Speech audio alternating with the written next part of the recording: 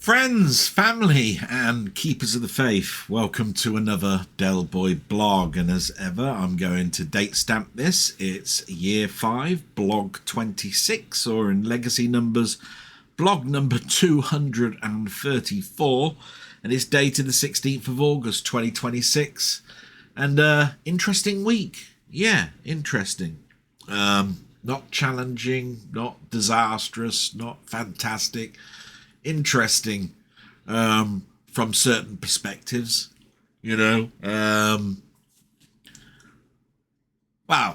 we'll get to that a little bit later on. We'll do the news. Let's get that out of the way. And as you can probably imagine, the news is just full of weather and politics and so forth.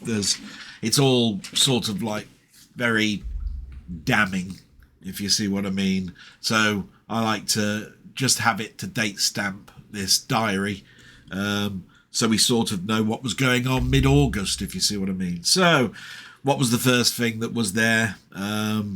Hottest day of the year was recorded this week, and it's the 5th hottest on record since records began. Yeah, we knew that the weather is just in an unusual dry spell, weeks and weeks and weeks now of temperatures that are the norm for the time, but with excessive temperatures on certain days, and it's with no rain, no moisture at all. And both my sister and I have noticed when we've sort of like talk in the morning and that sort of thing, that walking is difficult, that it's almost like breathing is difficult. And, it must be that lack of moisture in the air, and the air seems to be thin and dry, that's causing that. And that's all I can say about it, really. I mean, I think everybody is sick to the death of the heat, and you must be sick and tired of the weather being mentioned all the time. But it's there, and it's in the news. Not an awful lot I can say about it. So the next one, wildfires causes increased pressure on fire services with multiple houses being destroyed. Yeah, so we've got wildfires going on. It's like a tinderbox out there. One little spark and it goes down your street and destroys houses and everything else. Some of the news has talked about the fact that some people are starting these off intentionally. That's horrible to hear. It's bad enough that, a little spark or something can cause this. That's just a pure accident. But going around and causing this, no, that's awful. What was really weird, and this happened for me, don't know if I've still got it now on my phone. Let me just check.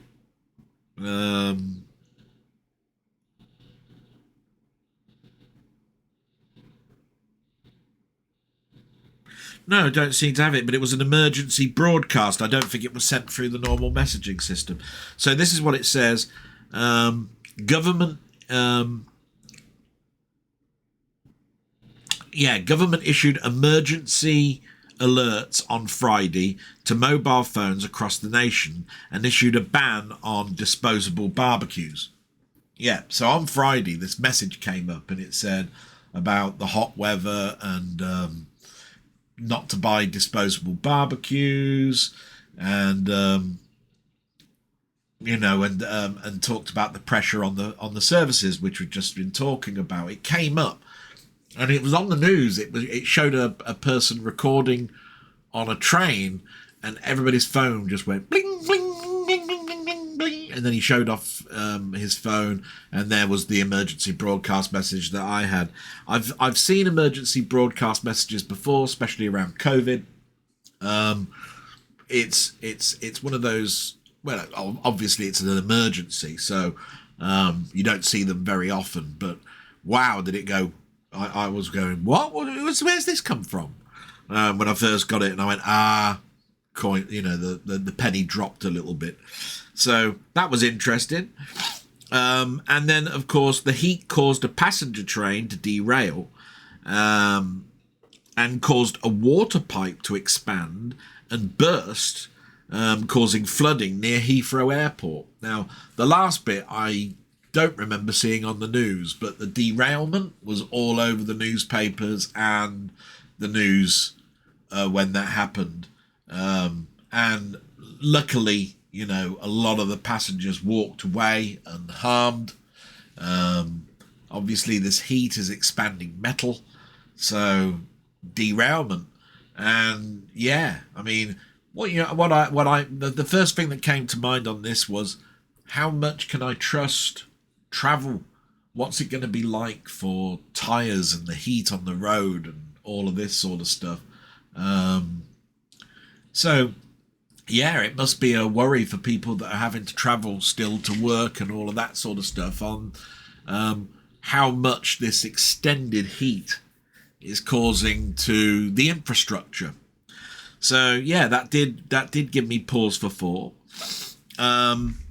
Little bit of politics. Nigel Farage, he won his Clacton by-election, beating Count Binface. I mentioned this one because Count Binface has been mentioned on so many chats that I've been and seen on YouTube, that it was just funny to think, oh yeah, Count Binface is going to win the Clacton by-election. But he got something like 9,000 votes. I mean, he didn't terribly, but I think Farage got 22,000 something, It's one of those sort of like funny little stories that you can say that there was this guy, like years ago there was this Boaty McBoatface. So now we've got Count Binface, and everybody's been doing the Dusty Bin jokes and all of this sort of stuff. So that was quite funny. Yeah, the PM, the next one is a sad story. The PM, Andy Burnham, called the sudden death of the former Cambridge professor Jason Arday a tragedy on so many levels. Yeah, this was all over the news. For the last couple of weeks, there has been this professor. He's a young black professor that has been blamed for getting his role and his position on plagiarism. And he admitted that some of his paperwork, the stuff that was on there, had mistakes in it, but categorically denied that he plagiarized anything. And then there was the bad news story on Friday where his body was found. And then, of course, all sorts of speculation has been going on about how he died, why he died, was it suicide, all sorts of stuff. And then now that there is a sort of like an inquest into support that universities give people, and of course this is a person that's a father, very young, obviously under a lot of strain, and he died on Friday. Don't know much more other than it's always sad to hear of deaths. Doesn't matter whether you know them or not. This one obviously has a backstory that goes back several weeks. In this particular instance, a barrage of abuse, I dare say, for him, social media and everything being mentioned. So very, very sad day. And then we just end on some highs because there's been some European athletics going on. And Amy Hunt, lovely lady that I've been seeing through the athletics, because me and my mother watch the athletics at night. She won her third European gold yesterday after anchoring a spectacular 4x100 relay race. Now, she put a sort of line in the sand saying she was going to get 4 gold medals. and two of them are sort of like in her control, and two of them weren't. She's a runner, so she does things like the 200 meters, the 400 meters, and she did her solo events and got 2 golds. Did incredibly well. The second 2 were in teams, so that's where that 4x100 relay comes in. She won that. I don't know what the 4th one was, but it mentions that she won her 3rd gold medal. Maybe the 4th one is today, so she's on track. Not quite sure. Most of the time I'm watching with my mum, but then sometimes my mum will say I can have a glass of water and I'll leave the room and I'll miss bits. So it's unfortunate about that. But for me, generally, the athletics has been a quite fun thing to watch, me and my mother. We watched the high jump, the triple jump, heptathlon, a number. The only thing we didn't really enjoy, and I suppose it's because my mother was always into the athletics, was the gymnastics.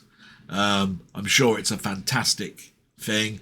We watched a bit of it, but didn't really understand what was going on too much about it. But I mean, it's nice to see the horse and the rings and all of that sort of stuff. And of course, they're so graceful. But the mats and all of that sort of stuff, we didn't really watch that with anything great. I mean, you have the adrenaline when you're watching 100 meters, the 200 meters, all of those, that sort of running, and the javelin and the shot puts and all of those sort of things. You see some records being beaten and all of that sort of stuff. The routines that they do are so complex. I just didn't really enjoy it that much. But I think we got some medals there as well, and all of the sporting was entertaining in all of its aspects. Gymnastics was just less for us both, my mother and I. And that's the news.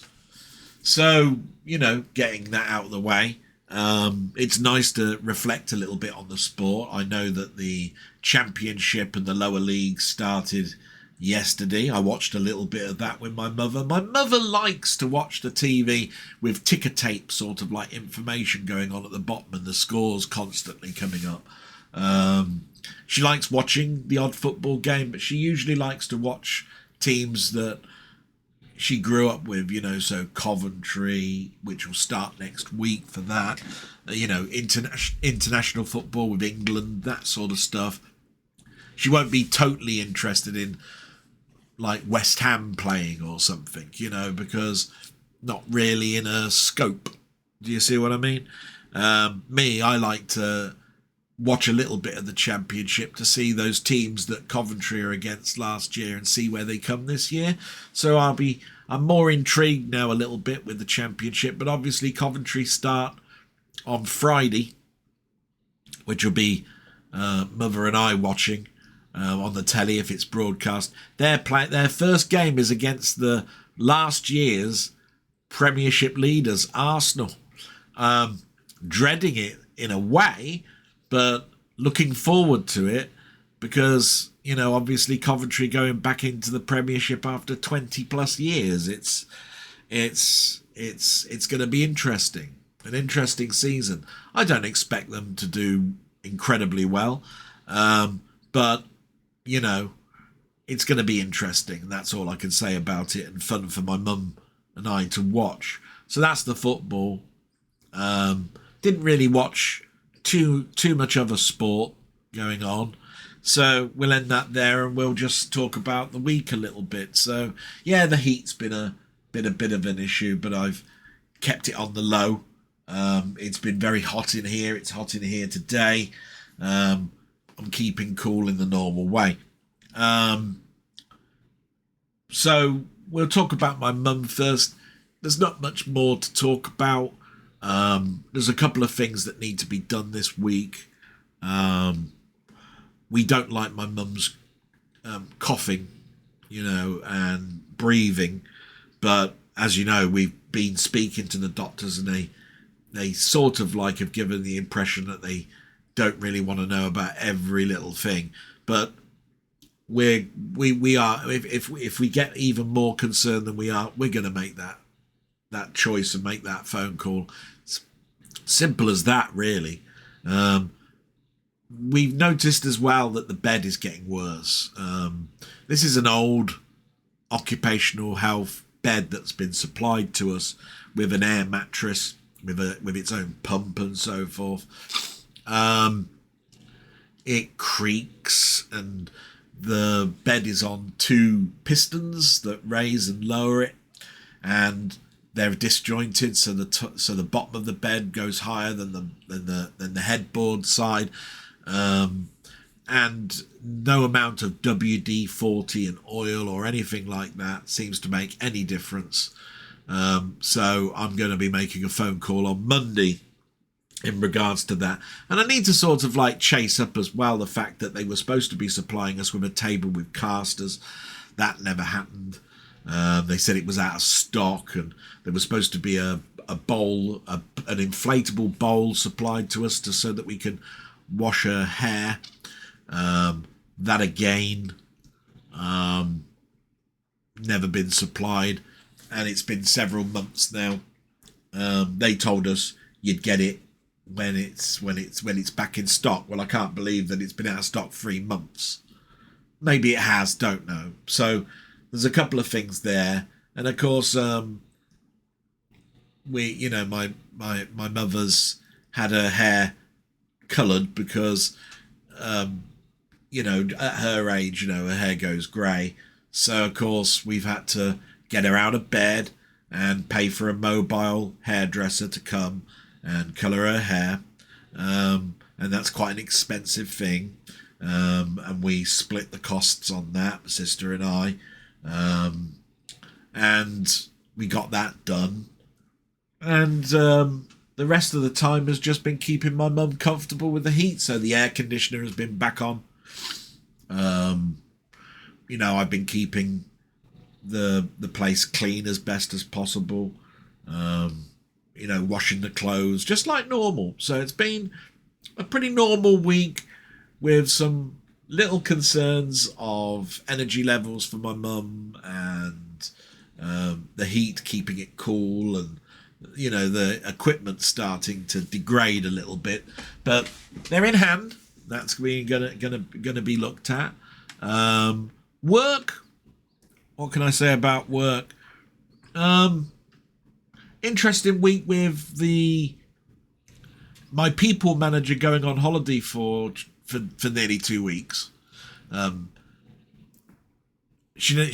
The people manager I've got doesn't work on Friday ever, so she only works 4 days a week.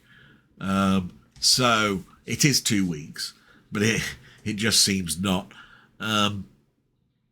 So that means that the task manager is the person that's managing me.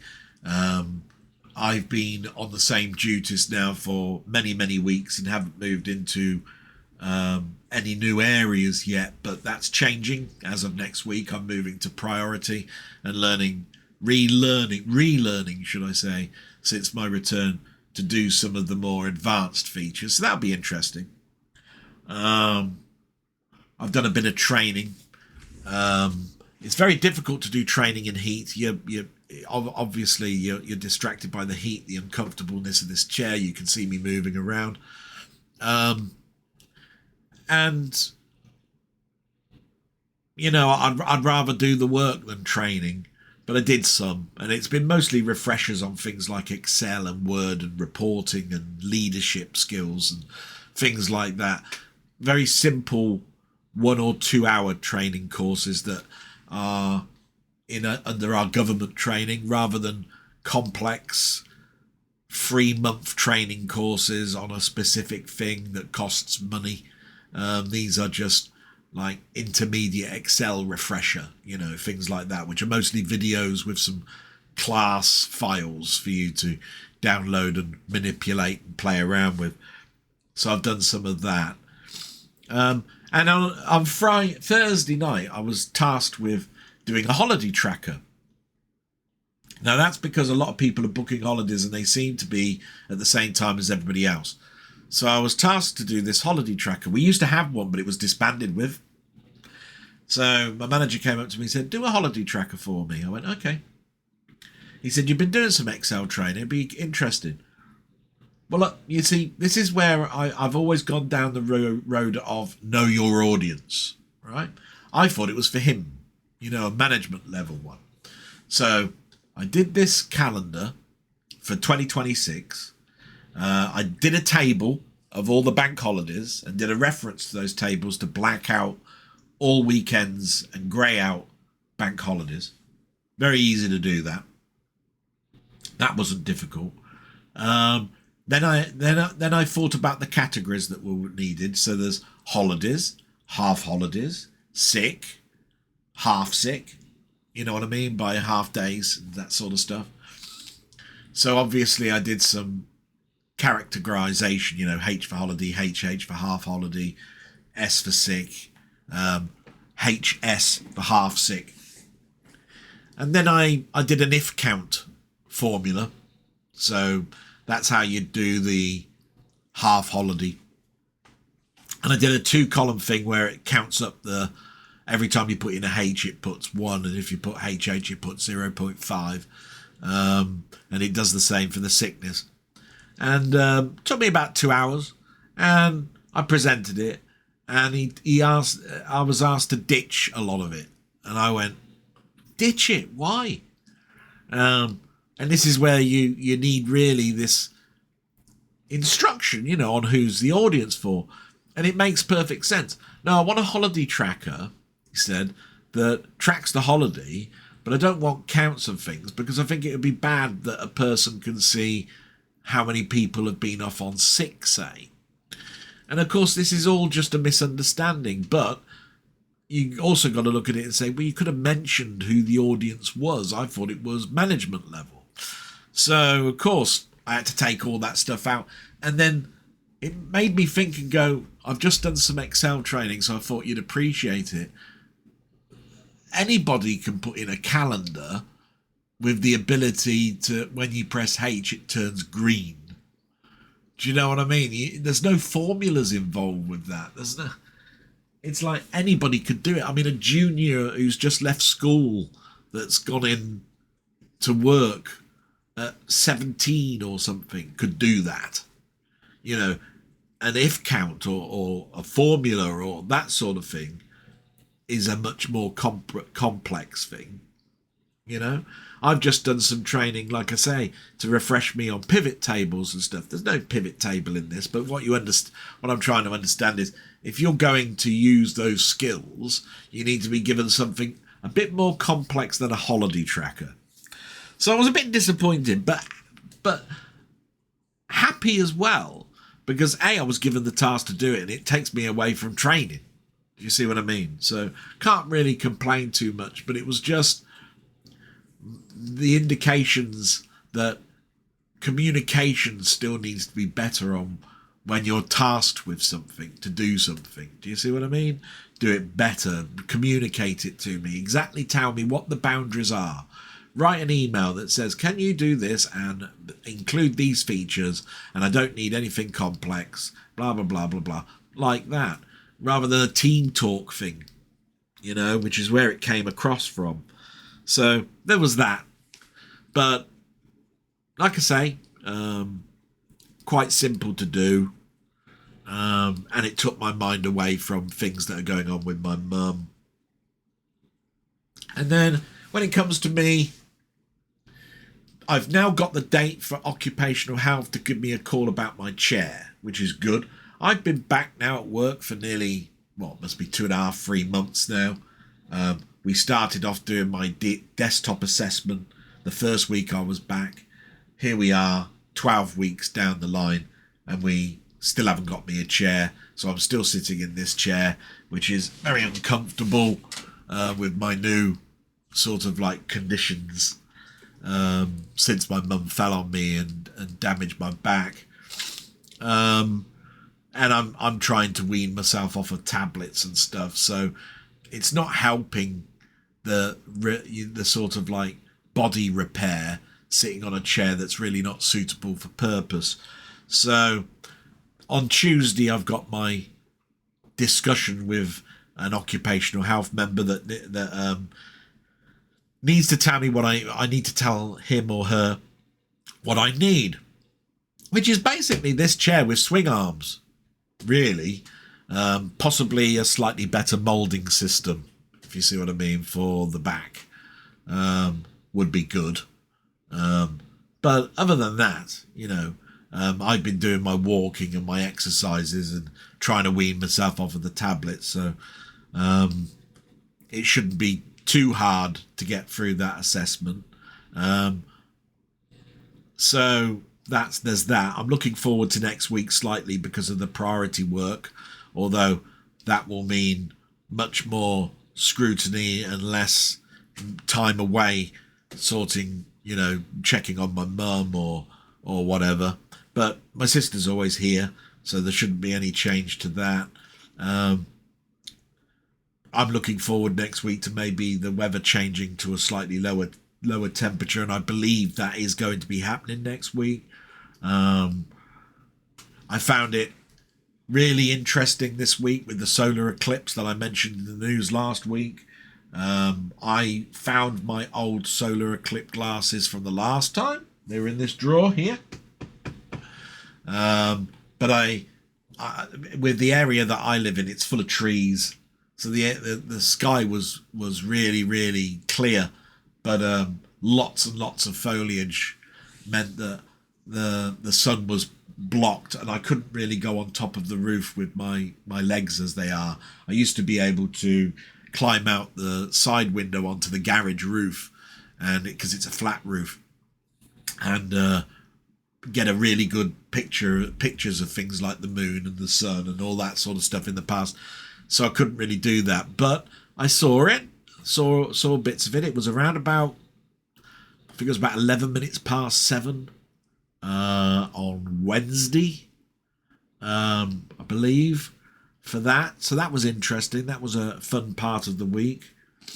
What wasn't fun was trying to keep the plants alive with a hosepipe ban. I bought some sort of like booster type plant food and put it into a watering bucket and put those onto the pots for the garden in a hope that might help bolster things a little bit. But the grass is, it's just totally brown, gone, dead. But then, as I mentioned last week, when you go on YouTube, you find it's not dead, it's dormant. It's stressed at the moment. When the rain comes back, it will soak into the ground. I've looked at things like grass cutting agents, which basically get rid of that hard foil film that's over the top of the grass at the moment, which will allow the water to sink quicker. So, and apparently, I didn't know this, you can use Johnston's baby shampoo, the no tears type, to mix in with your water, and it does the same thing as a cutting agent does. That was weird. I thought, wow, didn't know that. So there's a difference between £20 worth of product that you get from a garden centre and £2.50 from Sainsbury's shampoo for babies. So that was quite fun to sort of like investigate. I like investigating things. Wednesday came along and I did my live with my friend Ian, and that was always fun. Takes my mind away from things. And I think pretty much that ends for me this week, in what's been affecting me this week. We've had about my mum, we've talked about work, and you've got the news. So we'll move on. Yeah, I think that went pretty well. That was pretty good. And we'll get to the shout outs. And I just need to probably take some tablets and stuff, so I'll probably just do a small pause there. But again, an interesting week. I'm sorry sometimes that my diary comes out a little bit late. I record this during the day, helping out and doing some jobs, in the garage and things like that, and take some breaks and cooling breaks. Because, obviously when I'm talking, it can go on for a couple of hours. But, so it's been quite interesting from that perspective. But it's nice to see that I've had quite a few comments this week. So but I just want to say thank you to everybody that does watch the diary. It's wonderful that you watch this nonsense, really. I want to do more stuff on YouTube, and it will be happening because I'm approaching when I take my 2-week break. I'm going to have a bit more time, and I'm going to start recording some things that I can just record and edit later on. Get the donkey work out the way, like the pictures and the graphics and all of that sort of stuff. And then I can work on those in the evening and post them up for, a couple of weeks after I've gone back to work. So that's the plan.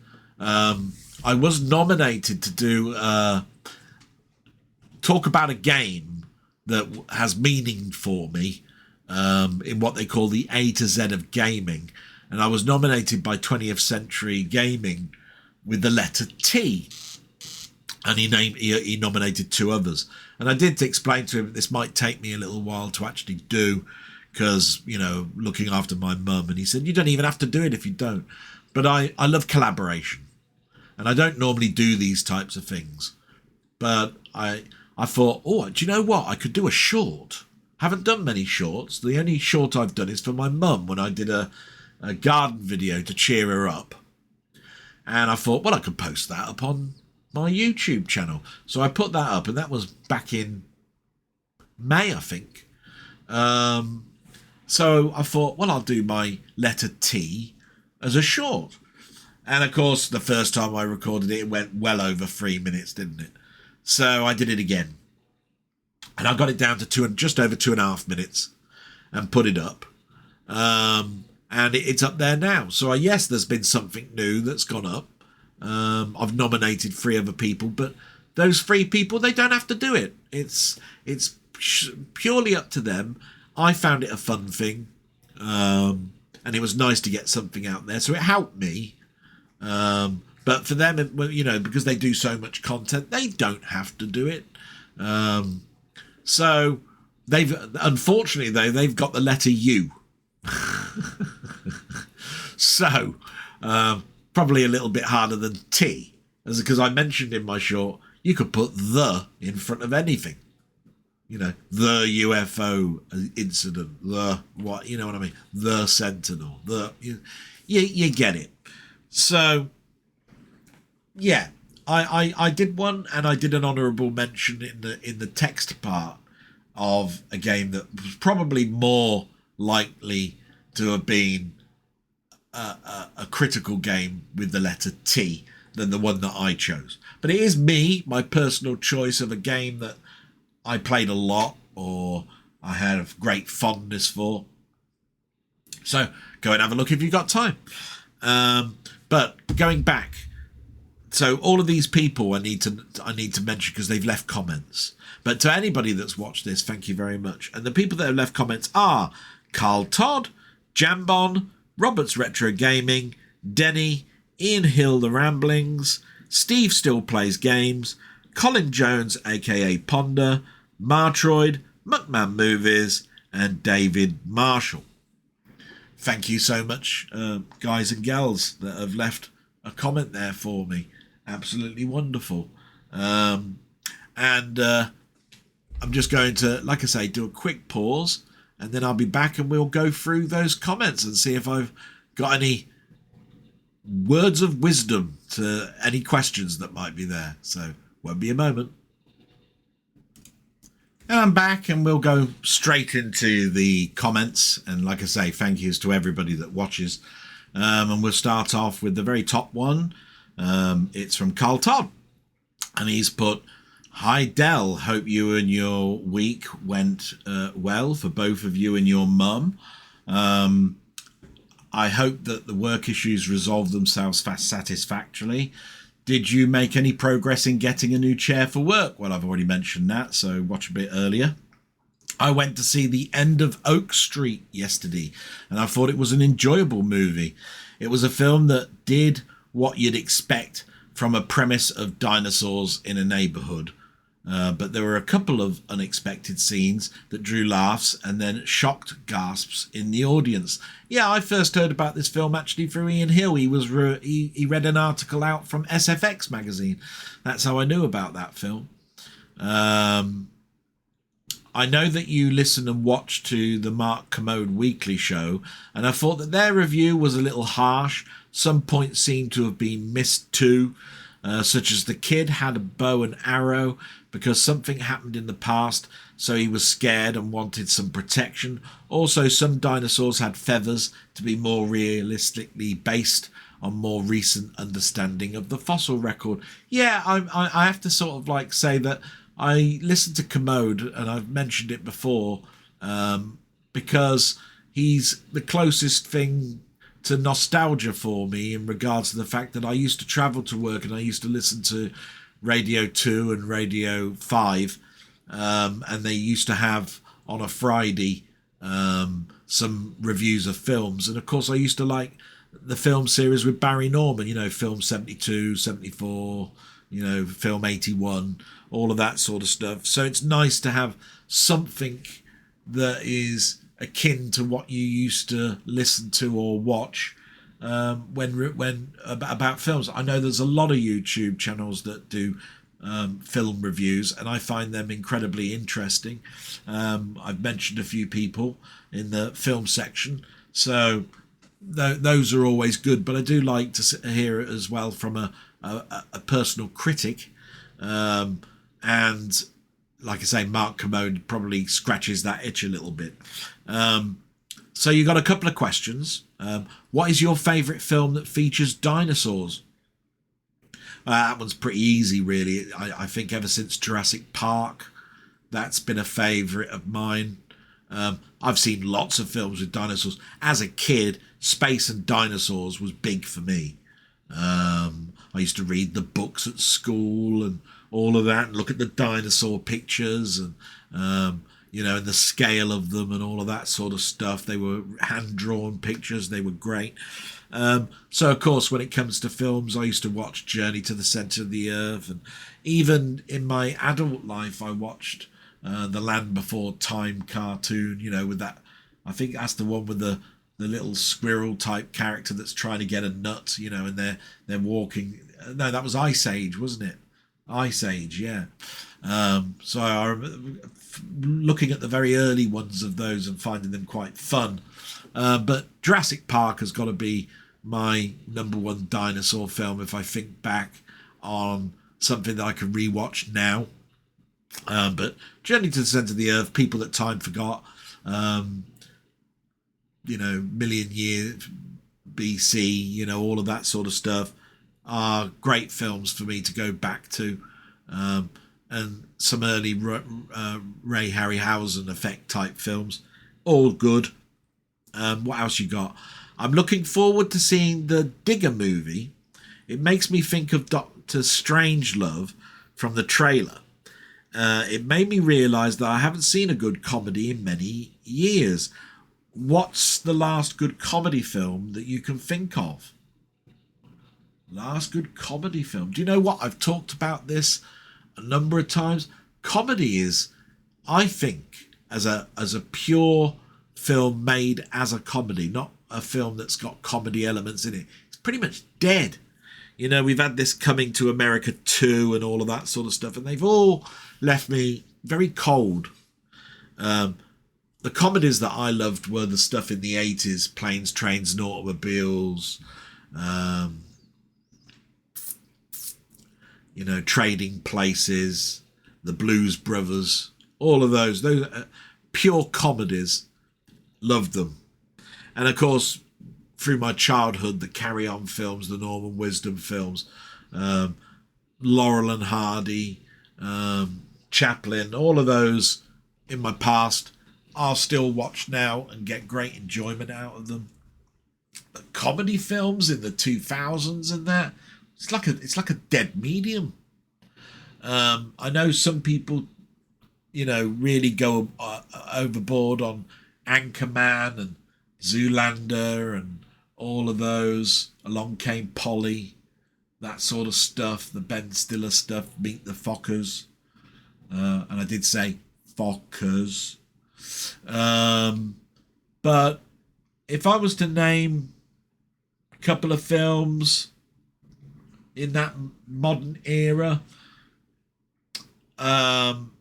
The 40-year-old virgin made me laugh. Found that quite funny.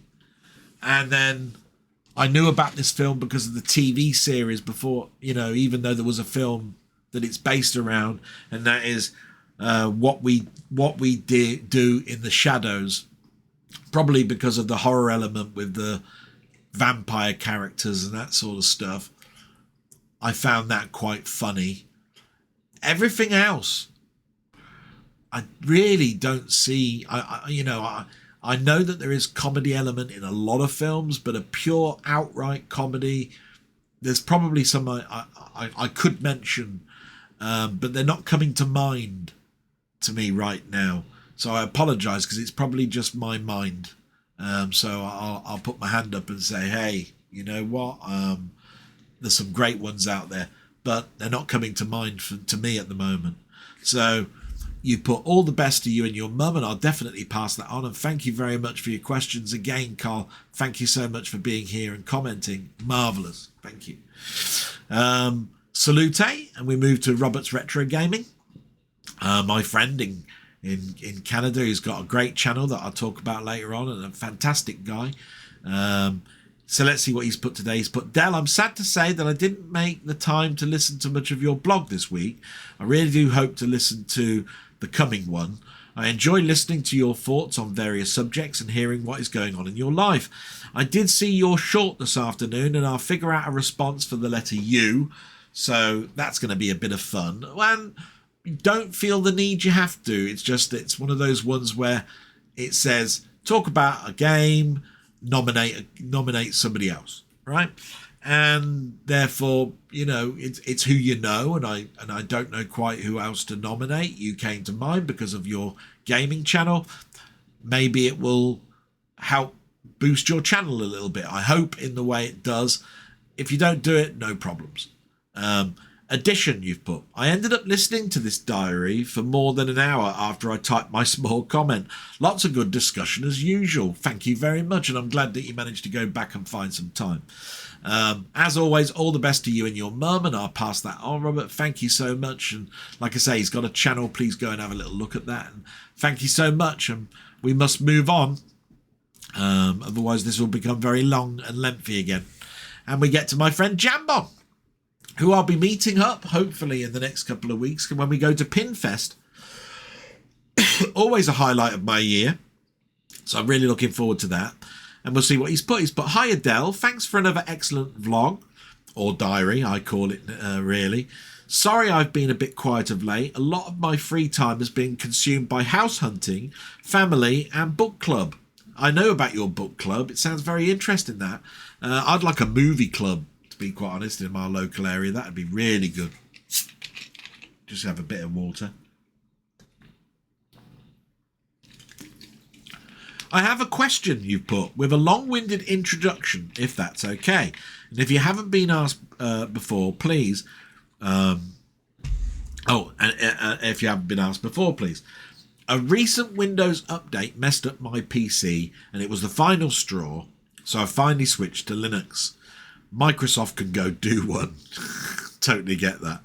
But on a more positive note, as a home user, do you have any particular fond memories of Microsoft products? Things that stand out for me were their 90s CD-ROMs like Encarta, which felt very exciting, messing about with the colour scheme in Windows 3.1, good old hot dog theme, and the fun futuristic skins for the media player. That's an interesting question. Microsoft products, yeah. I mean, I bought my operating system, so we'll bypass those because I went through them all. Being in the computer industry, I started off with actually 3.1, although I did go back to 3.0 at one stage just to have a little look at it when I learned about how to make a virtual version of that. No, actually, it was an old PC that was discarded that I put on it just to see what it would be like. Being very careful here because of the chips, the CPU. with a Windows 3, there wouldn't have been very high-end CPUs, and I probably don't have. I think the oldest CPU I've got now is a Pentium 1 in the cartridge form. But back then I would have had probably an SX and a DX 386, 486 kicking about. So I think I did it with that. But anyway, that I'm digressing a little bit here. One of the first joysticks I bought for my PC was a Sidewinder joystick. I was heavily into playing flight simulator type things, and I wanted a stick grip, a hand grip type joystick with later on I wanted it to have a throttle control. But this Sidewinder joystick I bought, and it was really quite good, quite sturdy, felt quite hefty. And later on I bought the motorized version, and then I moved away from that and bought eventually a stick joystick with a throttle for games like Descent, and Forsaken, that sort of spacey type game or flight simulator game, especially for Falcon 4. Definitely for Falcon 4 was my thinkings of that. Microsoft made a good joystick with a Sidewinder, I remember that. Game-wise, Age of Empires comes to mind. Played that to death, Age of Empires. Definitely a fantastic game that I think still holds up pretty much now. Probably, though, that's more a nostalgic point of view. Now, you mentioned Encarta. I remember having Encarta, but the one that I remember the most, what was it called? I think it was called Cinemania. Very much in the same mold as Encarta. It was a film database with trailer clips and little snippets of video for makings of and that sort of stuff, or bits of music that were played from the films that were notable. I think the last one I bought was Cinemania 97, possibly 98. Don't remember buying. I think they died a death with the internet, to be quite honest. So they sort of went by the wayside. And I think I bought from Microsoft a sat-nav type map thing, Can't quite remember what it was called, though. Like Google Maps it was, but on a CD. And that's it, really, that comes to mind. I have to move on, because if I thought hard, I could probably think of a few more. But those come to mind. Absolutely fantastic. You say, please take care, matey, and all the best to your mum, and I'll pass that on. Thank you very much. Salute, my friend. And see you in a couple of weeks, hopefully. And we'll move on to the next one. My friend Denny. And he's put, let's have a see what he's put. He's put, hiya, mate. Hope you and your mother are well. Hope the continued heat hasn't caused either of you too much issue. It's been a bit of a problem, but we're getting there. Again, not much to add this week. After a few night shifts, though, I've used that time for more video prep. The new video prep regime has definitely helped move things along a little bit.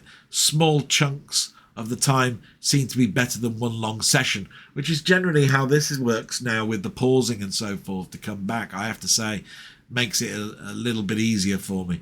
Going to start to upload some TV intros to your Discord as my answer to the question I posed to you last week. Some you missed I thought you may like. First one starting yesterday, Saturday. I don't think it was a matter of missing them. There's a number of people, and you'll see later on, that mentioned Sapphire and Steel. It was, you have to remember that when a question is read out, I have to think on my feet and talk about something. And those ones came to mind. And usually it starts off in my brain as the theme tune. And then I remember bits and bobs about it, that other things that I like the graphics or the very nature of how the intro went, whether it told a story or whether it was just the titles that came up or whatever. But yeah, I'll look forward to looking at those. Absolutely brilliant. And I really had a lot of fun answering your question. I hope I gave you a lot of time to that. Not a lot has arrived this week, though. I've had Jackie Chan's The Armour of God and Night of the Comet on Steelbook 4K. Don't usually buy Steelbooks, but it's a fabulous cover and one of my favourite top 10 films. You'll see that a little bit later on, my friend. Lastly, from Criterion, Testament from 1983, a post-apocalyptic movie starring a very young Kevin Costner and Rebecca De Monime. Ugh.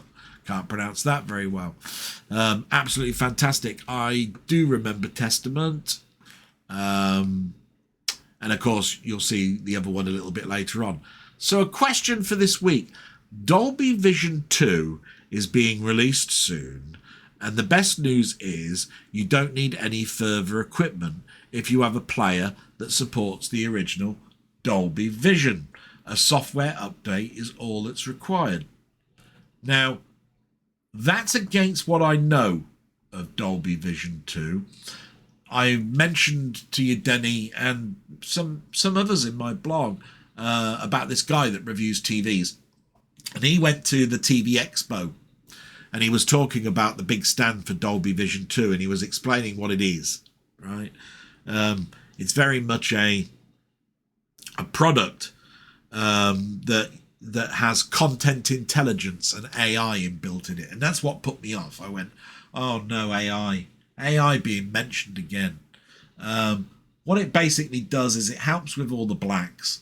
It has intelligence in regards to the light in your room, which my telly already has a sensor in, and it does some of that already.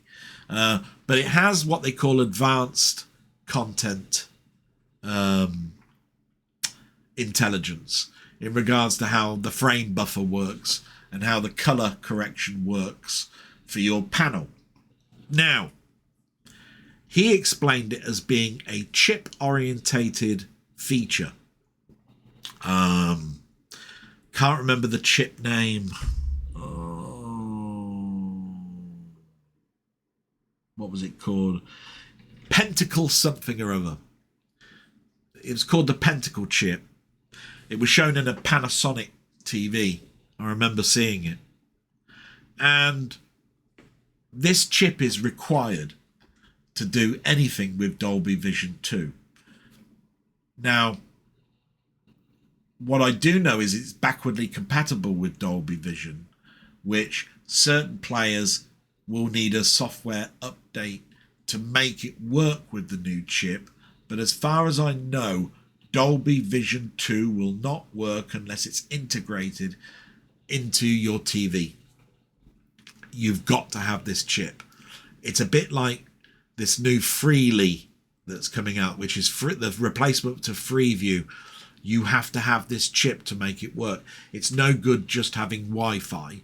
You've got to have this chip to make it work. So, as far as I know, and I could be wrong here, Denny, so you'll have to tell me, you need a chip. So as you mentioned, a software update is all that's required. Bad news, Sony have said that they have no plans to update their players.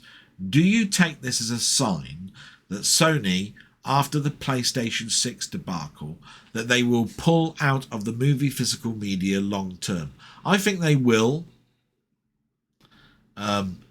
just purely because of their comments about the PS6.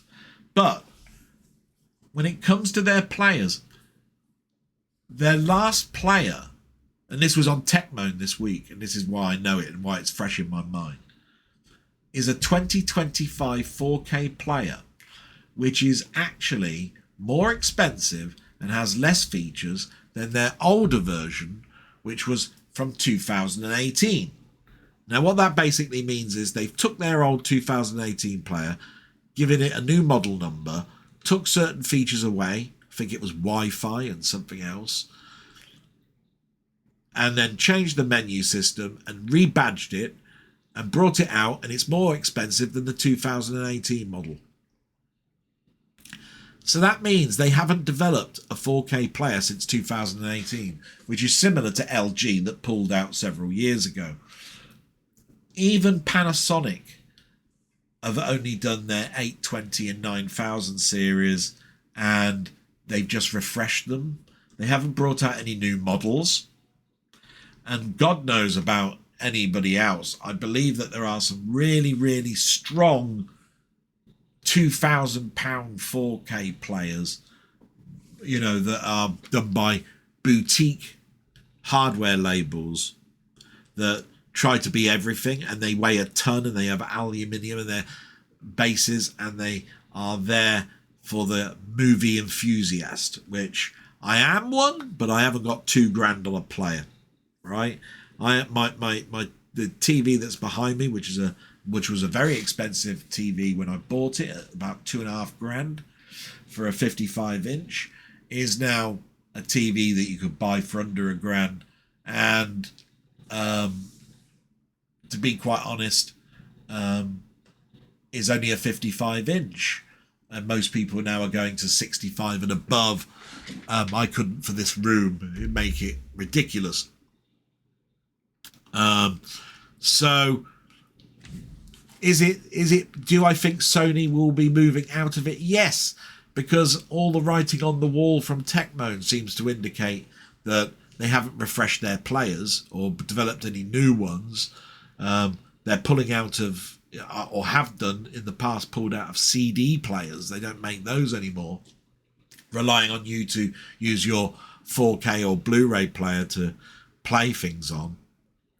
So pulling out of the physical media for the PS6 means that they're bound sure to pull out of the film industry in regards to playing back their films. Just very, very sad. But it isn't because of their player. It's just they're pulling out physical media, full stop. So thanks a lot, matey. Take care and pass on my best to your mother. And I will. And I hope the Dolby Vision 2 bit I'm right on, but I also hope I'm wrong in many ways. Can't really afford a new TV at the moment. Dolby Vision 2 sounds exciting and daunting at the same time for me because of that AI word. But I've always turned around and said AI is great as a tool if used properly, and I don't see any problem with a chip that corrects picture on your TV to make it more stable, more accurate colours, all of that sort of stuff. No, nothing wrong with that, but it's just that AI word again at the moment with all the data centers and all of that sort of stuff. So yeah, I had sticker shock when that guy that was reviewing TVs talked about it. Salute, my friend, and hope your week goes well, and hope we have a chat soon. And we move to my friend Steve Still Plays Games. Let's see what he's put. He's put, "Hi Del mate, I hope your week was okay and you are coping with the heat okay. It's making my life unbearable, and I've already been warned by the doctor because I'm using too much of my inhaler." Yes, I understand about your inhaler use, because you've mentioned it before about them cutting your inhaler usage in your prescription. But geez, you've put, what are you supposed to do when just breathing is such hard work? Hope your mum isn't suffering in this heat. How now to switch subjects. I'm with you on the Tomorrow People intro. It's awesome. And I thought it was quite a bit spooky, creepy back in the day. But it's a real classic. I was going to say to you, wouldn't it be cool if you did a stream on TV theme tunes? But then I realised you'll probably be hit by a copyright strike or something, which is a shame, as that would be really good. And it's something that, I've talked about many times on here. I love soundtracks, I love TV themes, and you can't put anything on, it gets blocked. Bloody awful. I might do something as a podcast one day. Something that you do as a genuine podcast, and talk about my passion with soundtracks, where there's probably less copyright infringement on something like that. Do you remember the days when we used to go to Mainmeister and he'd put on a see if you recognise these TV themes from our past? And I was there going in seconds what they were. And it sort of like highlighted something to me that I should have got out more when I was a kid. But I remember all of that. That was brilliant when he did that.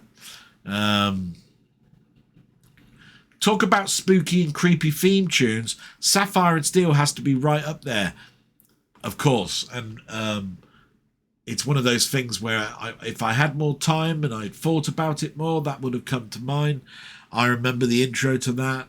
You know, all irregularities will be handled by the forces controlling each dimension. I remember the voiceover, the wavy ladder type line that came out, the grid that came on the screen, the elements that came flying out, gold, lead, you know, sapphire, silver and steel, you know, absolutely brilliant, iconic. So, okay, on with my question. Some unknown relative kicks the bucket and leaves you £10 billion. Bloody hell. You think my relatives are monarchs or something? £10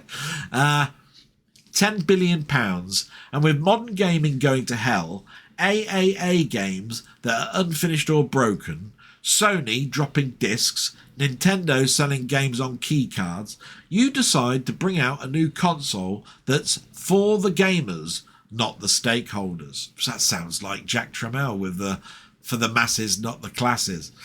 But anyway, what would your system be like? What storage format would it use? And what would it be called? All the best, mate. Hope to see you in a stream soon. Yeah, I've got to get a stream done, you know.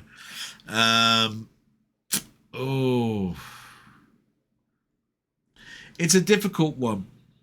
I would probably have a mix of SD card and whatever the modern laser disc would be, you know, the laser type system, you know, DVD, Blu-ray, 4K, whatever, because we're talking in several years' time, and we know that they're working on higher storage mediums. I would want cross-platform compatibility in my console. You know, something where you can integrate Steam and Epic and Google, all of that, so that my library for good old games and Steam could be played on the platform, which means I'd want a hard drive and SSD of a sort in it. But the biggest thing that people are complaining about at the moment is, these are two things, not enough power difference between each model of the console. It used to be that each console that came out was absolutely jaw-droppingly more powerful than the last one. And I just don't see it with the difference between the PS4 and the PS5. What did they really do? I mean, yes, I can see some fidelity changes, but the PS4 games look equally lovely as the PS5 ones. But I'd want, because of, but the biggest thing for me is this: once the game is yours, it's not yours, which is why they want to go down this digital platform, and they take total control and they can remove the game from your library. No, I'd like it so the game remains in my library and I can sell it on via the shop. So I can sell the key that I was given and give it and sell it on the second-hand market. Yes, that won't help stores like Cash Converters and Sex, or Kex, or however you want to pronounce it, but I would be able to give a game, gift it or whatever, or once I've finished with it, sell it on. And that would require a change in how the shop works these days. But I also want the legislation to be there that when a game server is switched off, you'd still be able to play the game as a single player. So I'd like legislation to be made that takes away the DRM element, the server being switched off, so there's no point having the game, so we're just going to remove it from your library type thing. There are many games that do that now through executables that allow you to play games where the servers have long time ago been switched off. They're mostly RTS games, from my opinion. Things like, Lord of the Rings and RTS games like that used to have DRM elements of always needing an internet connection, and multiplayer servers that once they switched those off, you couldn't play the game anymore. They gave you an executable and you were able to play it still in skirmish mode or local LAN. So yeah, I'd want that in it. And then from a hardware perspective, I'd like controllers that have no drift. I've just noticed the other day, I went over to my old Xbox. I haven't switched it on in a year and a half. And I switched it on. It did an update, took half a day because it hasn't been on for a year and a half. And I picked up the controller that came with the machine, and it's got drift. Now, luckily, I've got plenty of controllers. I've got my Elite 2 here, which I've just recently put a new skin on, by the way, to protect the rubbers that are on this. I love the fact that this has got these little gear shift type things here, and the stiffness in the triggers that I can alter and all of that sort of stuff. It is one of the most quintessential things I've bought in the last 4 years. So I'd like the drift problem gone, and I swear they use parts that are geared towards braking far too easy for you to have to buy a new controller because the enlightened person can't unhook or dismantle the controller enough to put the 50p part that's required to get rid of the drift. So yeah, what would I call it? I really don't know. I'm not going to be able to think of something right now, but I'll have a think. It'll probably be a homage to a single finger up at Sony, to their new model, the FU Sony, or the Sony FU Model 1 or something. I don't know. But I've got to keep this PG as best as possible, Steve. So I'll go with that at the moment. So you've said all the best to you, mate. I hope you do a stream soon, and I will definitely give it a try. Thank you so much. And Steve's got a gaming channel. Please go and have a little look at that. Fantastic, buddy. Hope you're doing well, and I hope everything went okay with you on Monday, because even though I mentioned it last week, you never called or sent a text to say that you're okay, unless I missed it. I'll check that now. I bet you any money you did. Stupid me. But anyway, salute, and moving on to my friend Ian Hill, the Ramblings. Now, it's funny about Ian Hill, the Ramblings, because he's a great bloke, and and I'll mention all of that a little bit later on. But he posted a comment 9 times, and therefore I had to go and delete 8 of them. But I hoped it didn't show up his end that I was just deleting willy-nilly. It's because there were 9 of them. I don't know what went on. Maybe he had an internet problem. I don't know. So Ian Hill, the Ramblings, is the next one, and he's got a great channel. We'll talk about him a little bit later on. And of course, I do my Wednesday with him, which is a godsend to me. We both support each other, and a marvellous guy, all told. So he's put, here we go. Hi, Del Boy. Hope you and your mum are okay and coping with the heat. Another week passes by, and it's still all about the heat wave. I went outside to the bins and felt like I was being roasted for a Sunday. Sunday, to make matters worse, there was some maggots at the bottom. I quickly boiled the kettle of water and killed them in the bin. Oh my God, yeah, that must be awful. We've got some proper little bins for waste food, which I don't use as often as I should, so I recognise it. Because of the heat, we've got a fruit bowl where I put the bananas for my mum when I'm making her a breakfast, because I give her Weetabix with cut up bananas and warm milk and so forth for her breakfast, which the Weetabix I crunch up So it's like a porridge. And fruit flies. Oh, fruit flies. Bane of my life. Little midgy flies that as soon as you pick up a banana, the flies jump up and fly around and all of this sort of stuff. And, I've had to think of ways to keep those bananas and that fresh. And get rid of those fruit flies. I've had to buy Raid and all sorts of stuff. And I do need to think about buying that fly paper stuff. See if I can get some from Sainsbury's this week. That's another thing. Anyway, you continue. The saga of the pension I paid into when I worked for the University of Leicester looks like it is near to conclusion. I managed to trace the insurance company and spoke to them, and they had my records from 1985 to 1995. It was such a relief. I never gave up, and it worked. You then continue. I watched a few films again. Also, this Philomena Kunk history episode week and a series that you recommended. It was, of course, and then it stops. Now, I wonder if you did have internet problems, because I hope I haven't removed the one that actually you managed to get through, because I kept the early one and deleted the end of the late ones, and I bet you any money that was what the problem was. So I apologise. I don't know what else you were going to say, but I do know that you love watching your films. You do love talking about what you watched this week. It's probably a good indication that you should go over to his channel now and watch what he's watched this week video. We'll talk about that later on, because I think he's up to episode 31 from memory.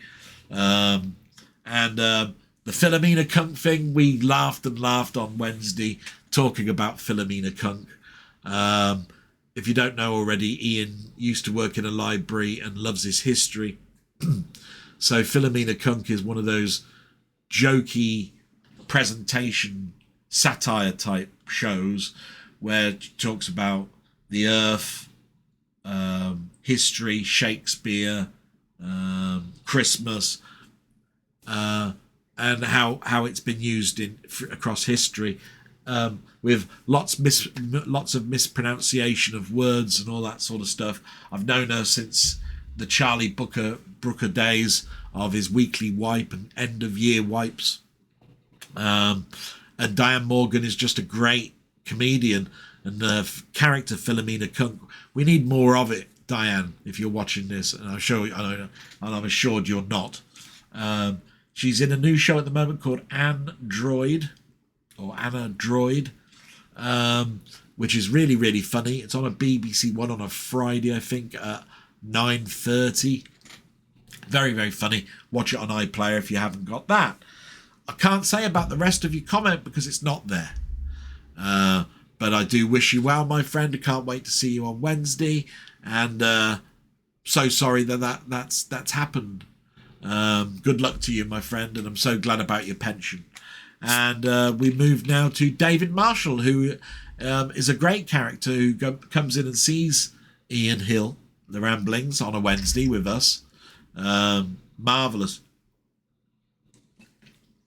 He came out with so many old films that I hadn't thought about in years or even knew about. So let's see what he's put. He put, great blog, Dell, helps my night shift go quickly. And then he continues. So it went on a bit further. That was the only line at the time. And he's put, Del Boy, hi Del, I just finished watching The Untouchables with my son. I've seen it before many years ago and really enjoyed it. And what a brilliant score. What a great movie.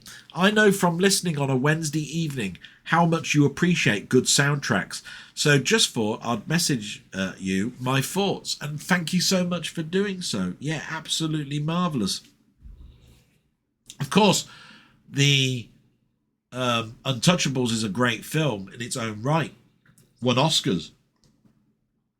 And the score is done by one of my favourite, one of my top 5 sound composers that score music for films, and that's Ennio Morricone. You know, obviously I've got Jerry Goldsmith, Georges Delarue, just to name a couple.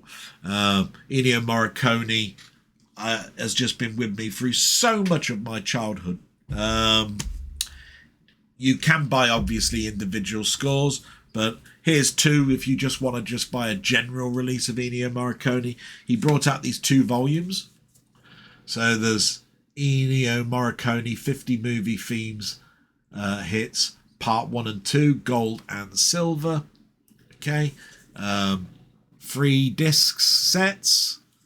It has the majority of some varied work of his. Like I say, I'll put that up there. You can see the maestro himself. That's what they call him. Absolutely marvellous. I remember buying this in the 2000s. I think it's still available if you're lucky. Obviously, there's some great scores of his. You watched a gangstery type film. Let's see. So ones that come to mind, because that was a 1987 film. And I tell you what, my favourite track of that is Machine Gun Lullaby. The main theme's great, don't get me wrong. But there's a scene that's in slow motion of a baby in a pram that goes down the steps. And it's called Machine Gun Lullaby, because lots of machine guns go off. And it's a fantastic piece. It's more orchestra with jazz, so it's quite good. But a more contemporary one would be Once Upon a Time in America. That's a fantastic score. One that's recognised as being really, really good, that's gangstery as well, by Ennio Morricone, is Bugsy. I'm not that enamoured by that film, although I find the film good, but the score is incredible. If you want to go further back, you've got Bandits in Rome. That's a 60s film, very much in a European mould. That's great. But just as scores by themselves that aren't gangster related by Ennio Morricone, you've obviously got The Mission, which is a fantastic score, very baroque. If you know your classical music, you'll know what I'm talking about. And another one that's sort of westerny based, which is beyond the, you know, the good, the bad, and the ugly, and all of that, is Days of Heaven. Yeah, it's more a drama-y thing, but like Little House on the Prairie type drama-y thing, which is a 70s score. Can't quite remember the year of that. Was it mid-70s or late 70s? It's been a long time since I've seen that. I must go back to that film. Yeah, Days of Heaven. But the score is magnificent. Lovely score. I could talk about scores for ages, and Ennio Morricone, the maestro. I've got a documentary called The Maestro, and it's 2.5 hours long, mostly in Italian. But it's great. It does have English bits in it, and there's lots of subtitles. But you get to hear those little motifs of his, and you just go, "Oh wow, yeah, that's Morricone." You can just tell a Morricone score for the early stuff. You really can. So thanks very much for that. That was absolutely brilliant. And I've just noticed the time, and I've got to go and help my sister. So I'll be back momentarily, and we'll continue these comments. Won't be a moment. And my mother's been changed, you know, the pad and cleaned up and everything. So I'm back and we can continue, and we get to Jamie, my friend Muckman Movies. Let's see what he's put. He's put only 2 lines. He's put, appreciate the shout out, Del Boy. What would your top 10 50s films be? Oh, wow. See what I mean? Normally you'd be given time to think of top 10 50s films. But I took great delight, by the way, of watching his channel and seeing it grow and diversify. And he does these tops 10s of stuff, and he's a big collaborator. Absolutely fantastic. 50s films. Well, there's The Day the Earth Stood Still, for definite. That's, you know, absolutely fantastic. Gort is in it. a big android, very, very topical, about, us just warring all the time, and, space and aliens coming down, and are they friendly? Are they not? That sort of thing. Very Twilight Zone-ish in its structure. Really good. Anybody that knows me will instantly recognise Some Like It Hot would have to be in here, a 50s Billy Wilder film. I've talked about it no end of times. I love Hitchcock. I found him probably at his most prolific during the 50s. My favourite of those would be North by Northwest, but you've got the other two really critical high bar films in Vertigo and Rear Window, but I'll mention North by Northwest as my choice there. You mentioned 12 Angry Men. I love a courtroom drama. That's an absolute classic of a film. I'd have to have that.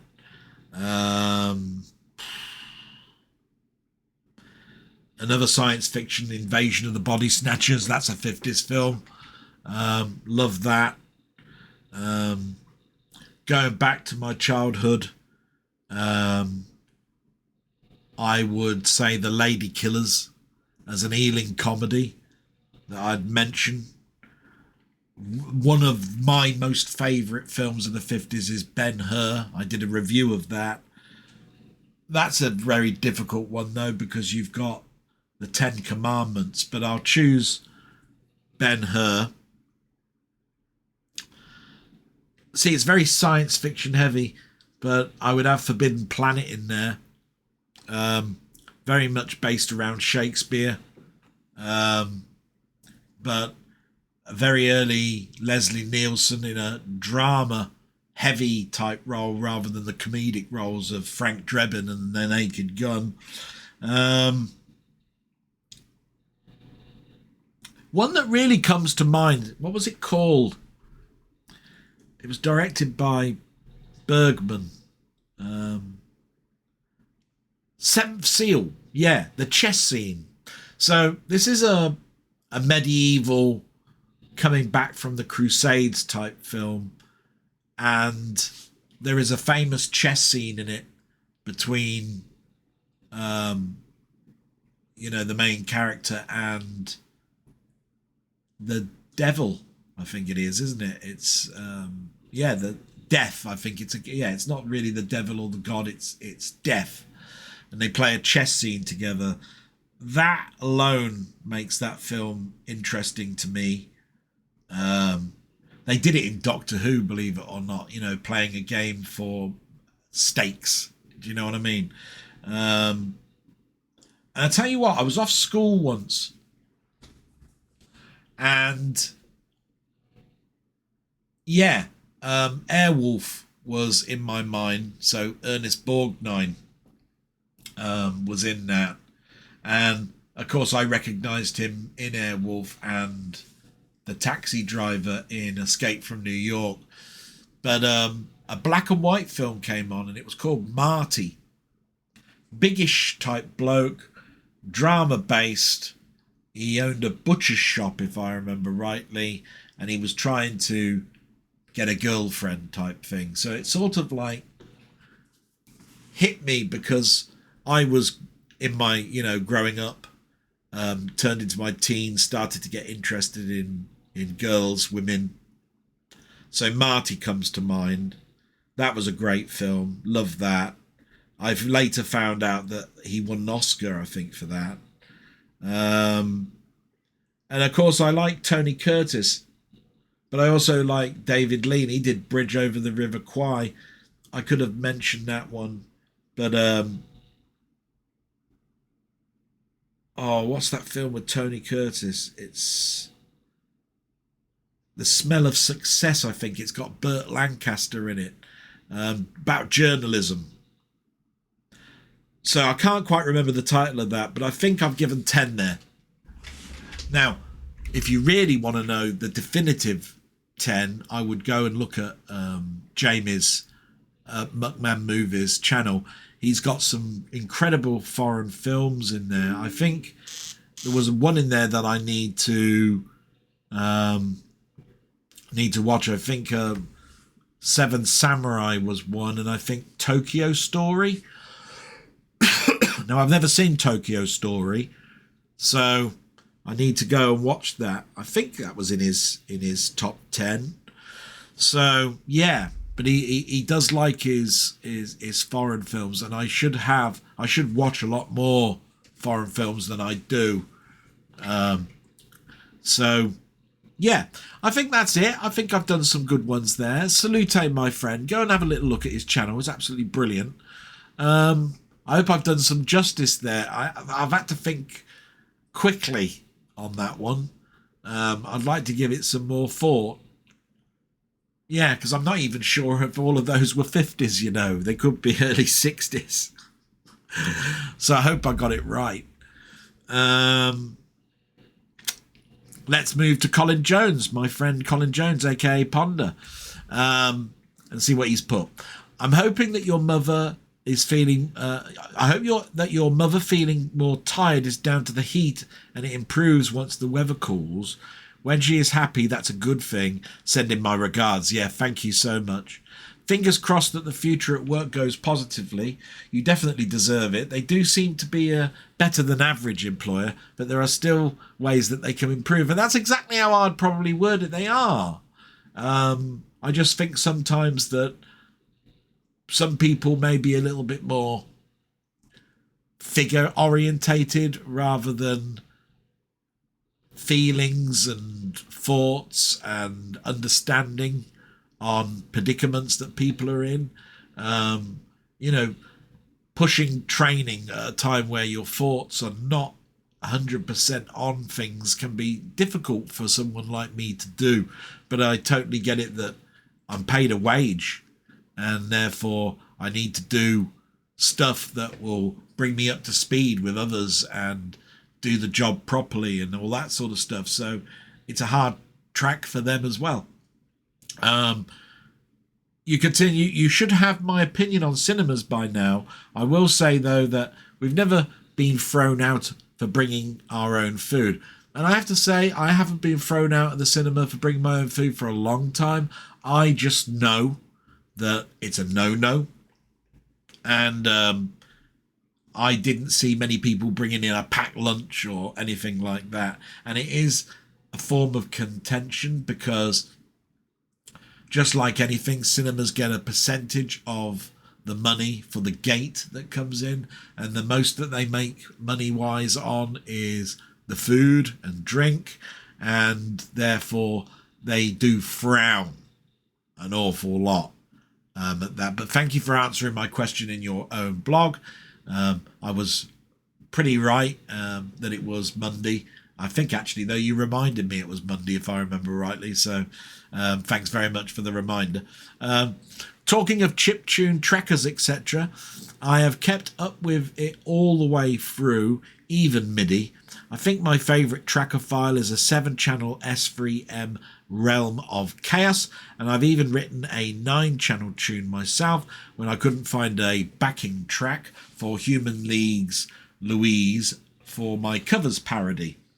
Yeah, I can't say that I've kept up with it all the way through, but when I was in Manchester and I got the fast broadband internet and I started going on things like Yahoo Messenger when I was off with sciatica, I found C64 Audio and a number of others, and I got well into it again and loved.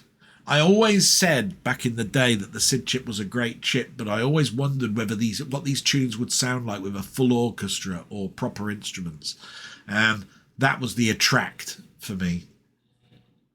And finding programs like trackers and using my Stave software, you know, like that I was using on my PC at the time, to download these as MIDI tracks and then change the instruments and see what they sounded like, just led into me buying that Tyros keyboard behind me and playing around with things.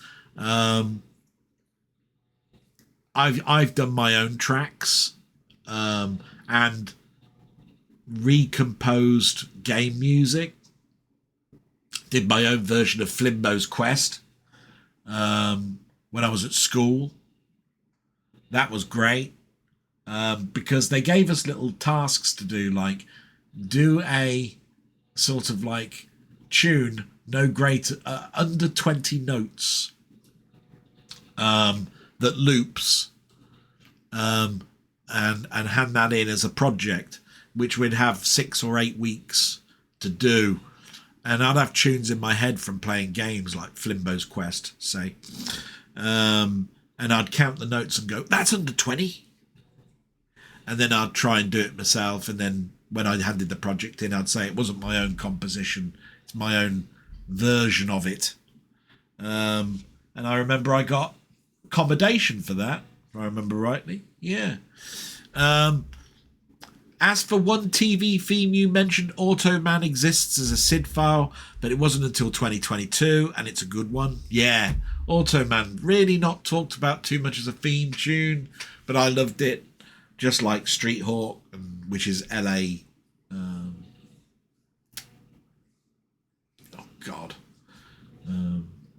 Le Parc, yeah.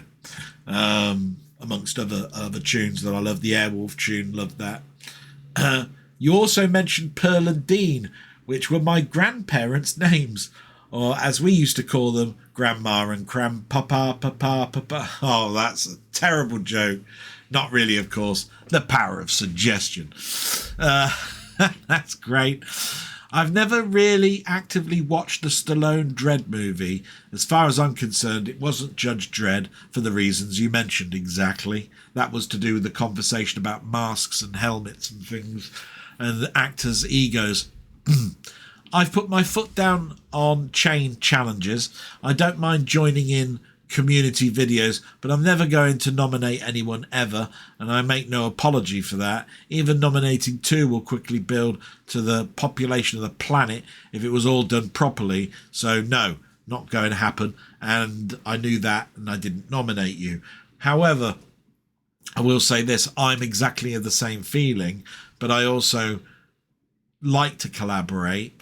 I know that these types of things happen based on an old way of doing things when I was back in the early days of working with computers and in the support realm, that these emails would go out, and that email would then be passed on to some other person and then another person, and they were there to knock the email server down, like DDoS attacks.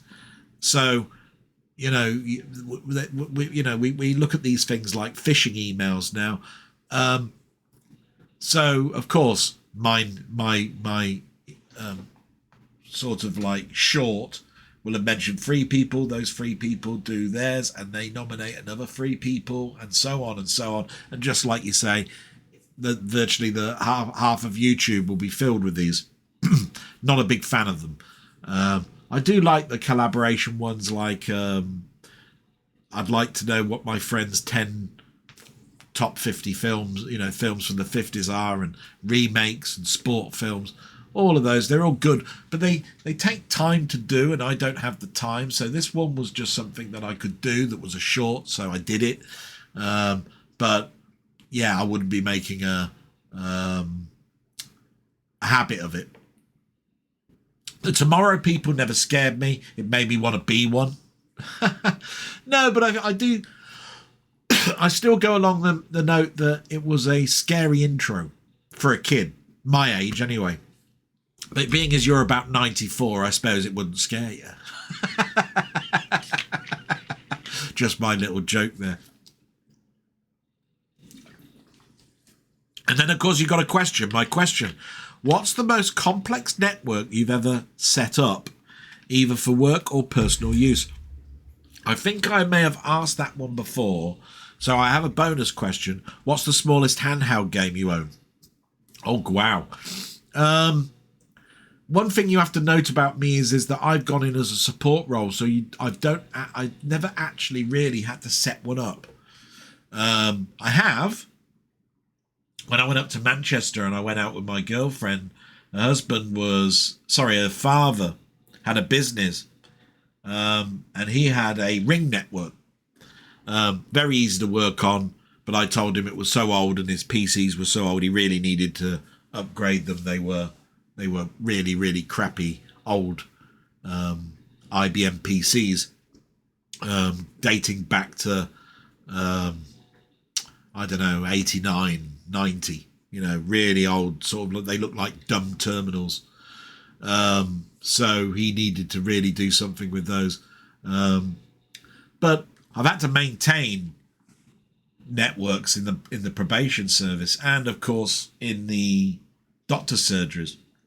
Now, I've seen servers that have got enterprise routers with switches and load balancing. Don't really want to go down too much of the terminology with this. Load balancing is, say you had two buildings. One is a smaller admin building, the other one is the main office. You wouldn't want the traffic to be evenly distributed. You'd want the fastest to be in the main, so you'd have a load balancer that basically never sort of went above 30% for traffic as it communicated back to the main servers in the main office. That's sort of a little bit of what load balancing is.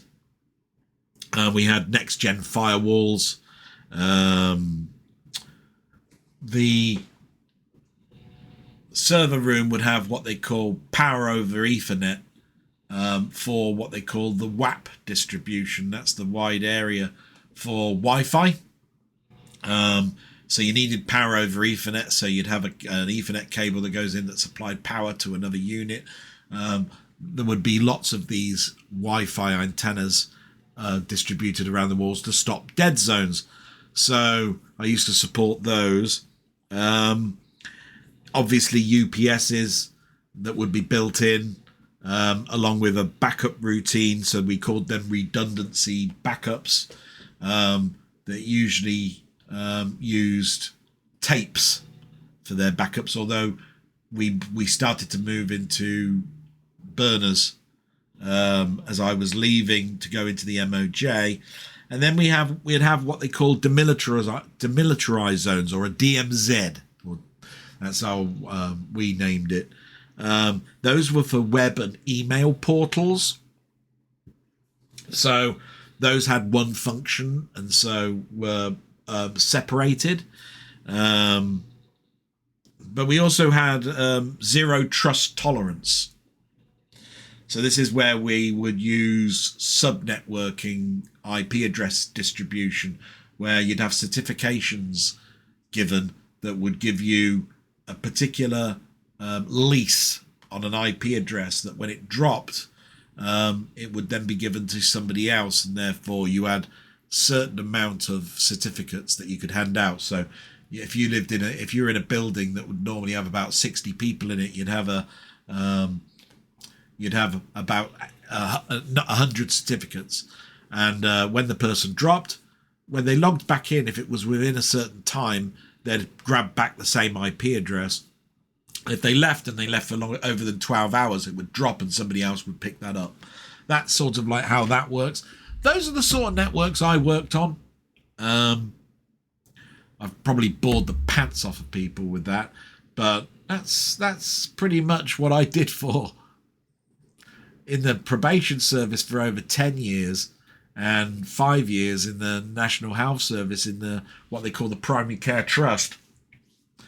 So the PCT, yeah. So hope that answers your question anyway. Interesting. Smallest handheld games you own? That's difficult. I mean, they've become so small. I mean, I've got those POW kiddies and all of that sort of stuff that are pretty small. But I would have probably said that my Pandora was the smallest that I ever really had, or my GP32. But I have played on smaller. You know, I mean, the Nintendo Game Boy was no huge thing. And of course, you've got your phone that I've played games on. But yeah, I can't really think. Incredible. So I've never. Oh, Game and Watch. There you are. That's. I had one Game and Watch back in the day, and I also had an MB Games cartridge-based system that was like Pong, but that was quite large. That's why I'm not talking about large ones. So I would say the Game and Watch was the smallest thing I played on, unless you're going to go back to things like Astro Wars, which again I think was larger than that. So yeah, brilliant. Moving on, we get to the last one, which is my friend Martroid. Salute, my friend, by the way, Colin, and I look forward to your kerfuffles, your high score kerfuffles this week. Martroid has put, I love the way you described the title sequence to the Tomorrow People, Dell. It instantly brought back some vivid memories. There was something genuinely eerie about it back in the day. I'd have to add Sapphire and Steel to the list. It seems like everybody did. I think I've mentioned before that I decided to give it another watch a few years ago, thinking I'd be fine with it as an adult. But no, it was still so bloody creepy that I had to bail. LOL. Anyway, as always, thanks for doing what you do, mate. Really enjoy the trips down memory lane. All the best to you, your mum, and the family. Thank you so much. Yeah, Sapphire and Steel got mentioned quite a bit, didn't it? How could I have missed it? But, all irregularities will be handled by the forces controlling each dimension. Transuranic heavy elements cannot be used where there is life. Medium atomic weights are available. I can remember it. That's how much I am with that. It's a fantastic show. I really got into it with the second story, which was based on a railway station set during the war. I think it was the First World War, where time was trying to get in and bringing in ghosts of the past. Really, really eerie. But there were so many eerie ones. There was pictures that came out with no faces on and all that sort of stuff. And the last story, although very convoluted, was an interesting end. And I do believe that... No, I'm not going to say that because I don't know, honestly, whether there was going to be another season. But it seemed like it was the end for Sapphire and Steel in the last story, with them trapped in the diner. But... an absolutely fantastic show. I'd love it on Blu-ray. It was good. My friend Denny is all over it. He knows how far they were getting with converting that. And now Network is semi-back, although I don't know quite what the recent update is on that. I look forward to the fact that might become a possibility. It'd be so good if it is, now that we've lost David McCallum. Brilliant though. So we're moving on now, and we'll get to what I've watched on YouTube. I'll try and move through these quite quickly, try and keep the time down on these. I do apologize sometimes that my blog does go on, but it is a weekly diary, so it is what's happened through the week rather than each day. So watched on YouTube is the first thing, and we usually do keep to the four that I always watch each week, which is This Week in Retro, Tech Moan, Gadget Show, and Chronologically Gaming. So This Week in Retro this week had its 3 basic stories. What is Amiga Corporation? Let's ask the CEO. A Real Pirates Trove is the second story, and Screen Cheat Elite. Yeah, very interesting stories this week. The What is Amiga Corporation, Let's Ask the CEO has come out, I think, because of the legal change that's happened in regards to the Amiga licensing. So it was very interesting to hear the CEO talk about that. And the Screen Cheat Elite I didn't know about, but it's a split screen, a version of Elite. Now that got me very interested. So that was good. Really enjoyed that. Techmoan this week did what I was explaining about earlier on. Just play your CDs in a Blu-ray player was the video's name. And it was talking about the fact that this guy that I watch each week, Techmoan, has got obviously CD players and hi-fi equipment, but he's noticing, like anybody, that CD players are either very cheap and nasty or very expensive and don't have all the features that a CD player should. So if you're moving towards playing your CDs on DVD players and Blu-ray players and 4K players, can they really be classed as CD players? Because some of them don't even have displays, and some of the features that you'd want for a CD player is things like CD text, which unless you've got a TV screen hooked up to your DVD or Blu-ray player, you're only going to get the track number if you've got a display at all, and most of them are bland with just 3 buttons on them, you know. So can they really be classed as CD players with functionality where you can't even tell what track you're on without having it hooked up to a TV? Yeah, interesting. It's definitely there with that. Gadget Show is on holiday, as mentioned by my friend Colin last week. So I looked and they definitely had nothing out this week. And Chronologically Gaming, he's on holiday as well, but he did bring out a video of the Fairchild Channel F special, which was a launch video to talk about the Fairchild, which I never had, and I've only ever seen at a computer museum. So that was interesting. Other stuff I watched this week, the Retro Hour. I watched the Retro Hour this week because the title of it was Commodore just resurrected an 80s classic. I didn't know what they meant by that. What it is, the people that brought out the Commodore Ultimate have brought out a phone, but they've also brought out now a reimagination of the TAC-2 joystick. Now, I've always wanted a TAC-2 joystick. Fantastic mechanism inside there.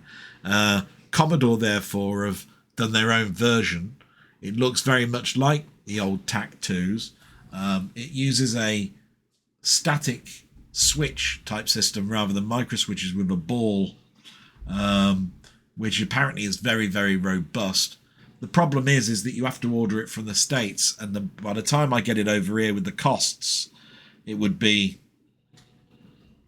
close to 80 odd pounds, which is for a joystick that has its roots in 1980s, is a little bit too rich for my blood.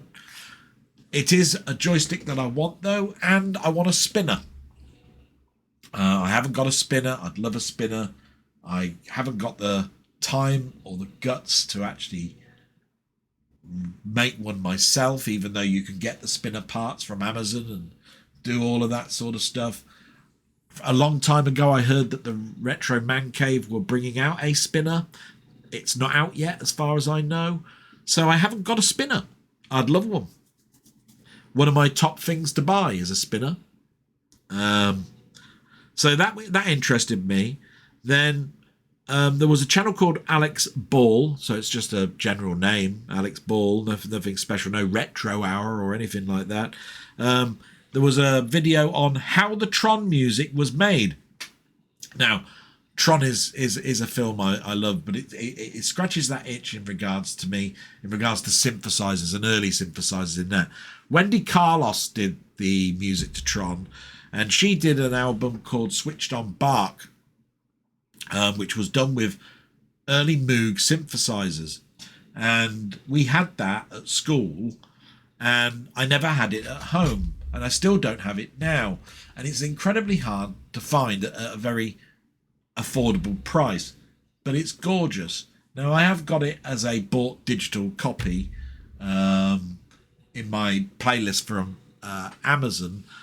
But then they took it away. And I lost it. So now the only way that I can listen to it is through... obviously my copy of it that I converted to MP3 for me to play.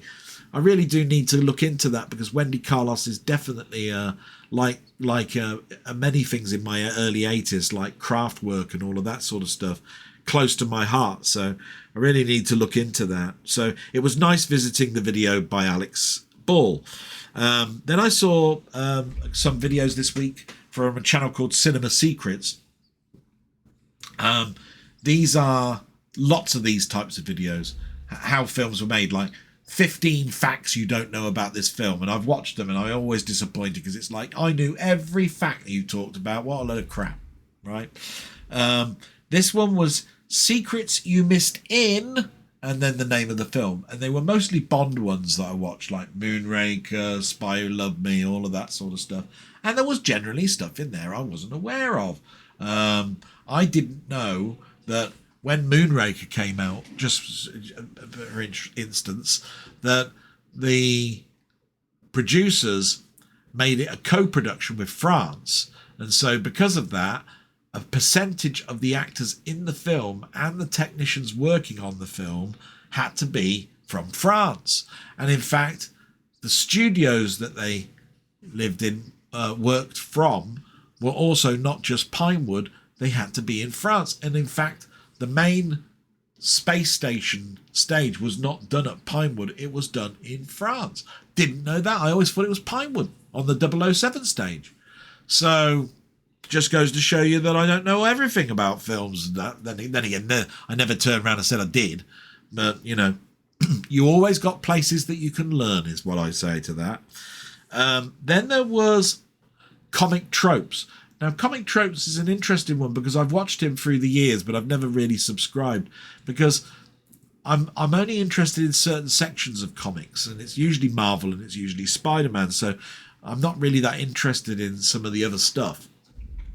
But he did this week the ranking of the Marvel editors-in-chief. Now, that's because Marvel has not always been called Marvel. They've been called Timely and Atlas. And Stan Lee has not always been the editor-in-chief. In fact, he was only editor-in-chief from 1945 to 72, with two other editors-in-chiefs before then. Joe Sinnott was one, I believe. And after Stan Lee left to form another section of Marvel, along with being the front man doing talks around university campuses, many other editors-in-chiefs have come in, like Roy Thomas, Jim Shooter. They've all been editors-in-chiefs. And he did a ranking video based on how influential they were. And of course, I couldn't even tell you now who the editor-in-chief is at Marvel. I know it's changed just recently, but I couldn't tell you his name. That's how much I know about it now. So it's nice to be sort of like re-educated in these areas. And then there's a channel called Matthew Foster. So again, just another name. And this one was an interesting one because it was about Doctor Who. And it was How America Discovered Pat Troughton's Second Doctor. I'm always interested to know because in England, we sort of like always knew about William Hartnell, Pat Troughton, all of those sort of stuff. But in America, it was different because they were introduced it through PBS. And when they got it, it was from John Pertwee onwards, which makes sense on why the wiping system was done because of the black and white episodes. But as its popularity grew, they had to buy other stuff in, and they bought some stuff in, and that's when they discovered Pat Troughton and William Hartnell. And when it came to Pat Troughton, his was the most demolished of all the episodes that were wiped. So they only had like 8 episodes to watch because they discovered him before Tomb of the Cybermen came out. So they were very disgruntled with the sort of stories that were there.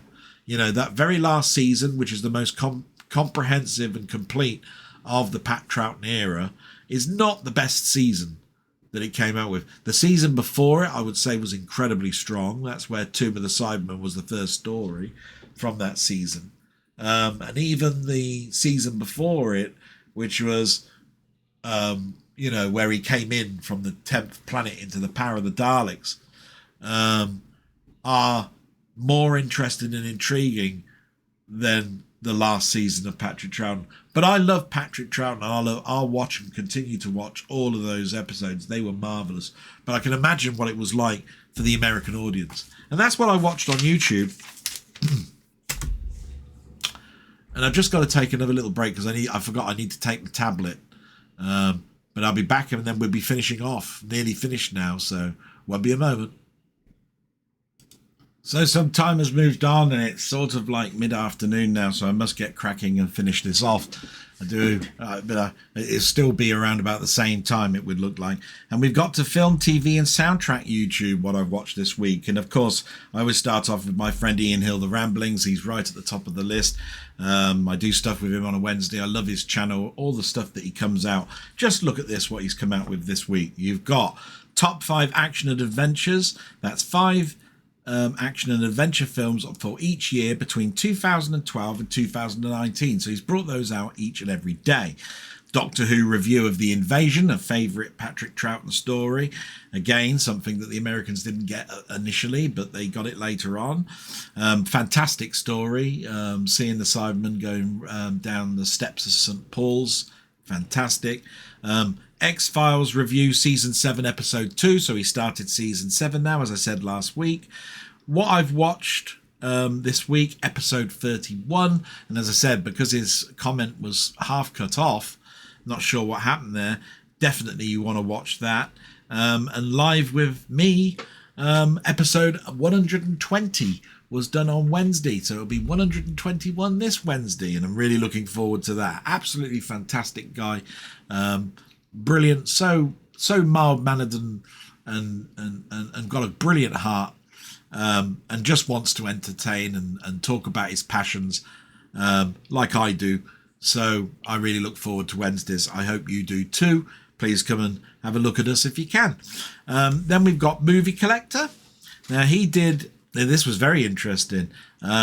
His friend came round who used to work for THX in this country and abroad, and he brought with him an original 35mm roll of Star Wars from 1977, an actual original 35mm print.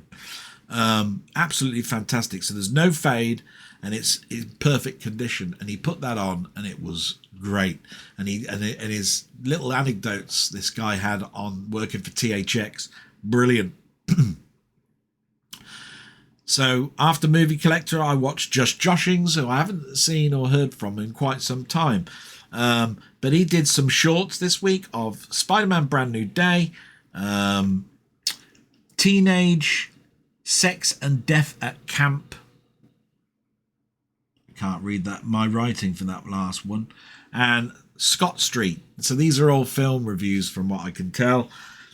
Didn't quite agree with him on Spider-Man, but did for the majority of it. So I wouldn't go down the line of I totally disagreed. But was it too busy for me? No. Would it be too busy for somebody that's just going in and doesn't know the character? Yeah, possibly. Which is why I like his videos, and I totally recommend that you go over and have a look at his channel, because the way he does his reviews is different to the others that are on there, and that's why I'm saying it's a great watch. Then there's my friend suggested to me about a month or so back, Blue Roy movies. I've got some great enjoyment out of those because I've discovered films to add to my list of what I need to watch.